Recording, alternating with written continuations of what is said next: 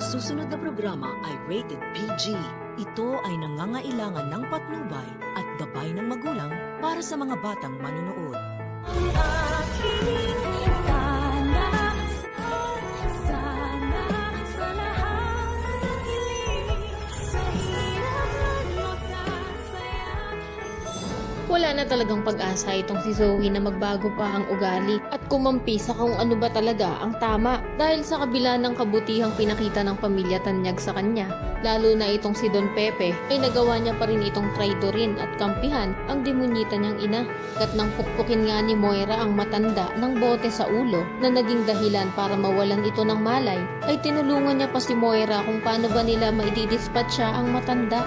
Imbis sana na nagpapakabuti na siya upang kapag ka nalaman na ni Robert ang katotohanan ay hindi siya makakasama ni Moira na mabulok sa kulungan at may chance pa na mapatawad siya nito, ay taliwas ang ginagawa niya. Pagkat habang nasa wheelchair nga itong si Don Pepe at nasa parking lot na sila, ay tinanong ni Zoe si Moira kung ano daw ang gagawin nila sa matanda. Sagot naman ni Moira na pagtulungan daw nila itong ilagay sa trunk upang tuluyan ng maidispatch siya at maibaon na rin sa hukay ang nalalaman nitong sikreto na hindi talaga tunay na Tanyag, itong babaitang si Zoe. Sa kabilang banda naman, itong si Annalyn din ay labis nang nag-aalala, kaya tumawag na siya kay Giselle kung nakita daw ba nito ang lolo Pepe niya. Dahil 2 oras na daw siyang nag-aantay sa hotel kung saan sila magkikita at ang labis niya nga daw ipinag-aalala ay hindi nito sinasagot ang mga tawag niya. In-advise na lang tuloy ni Giselle na ipacheck daw ang CCTV footage kung sakali mang dumating talaga ang matanda sa napag-usapan nilang hotel.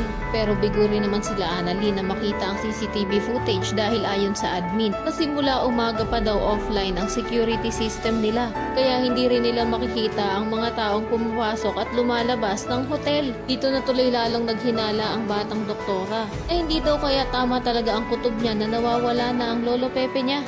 Kaya naman kung isa ka rin sa mga nagnanais na mahuli sa checkpoint itong mag-inang bruha, matagpuan na nila si Don Pepe at mabulok sa kulungan si Moira at Zoe nang hindi na pamarisan ng mga batang manonood, ay pakiclick naman ang like at subscribe button. Maaari ka rin mag-iwan ng komento sa ibaba para sa iyong mga saluubin at suwestyon.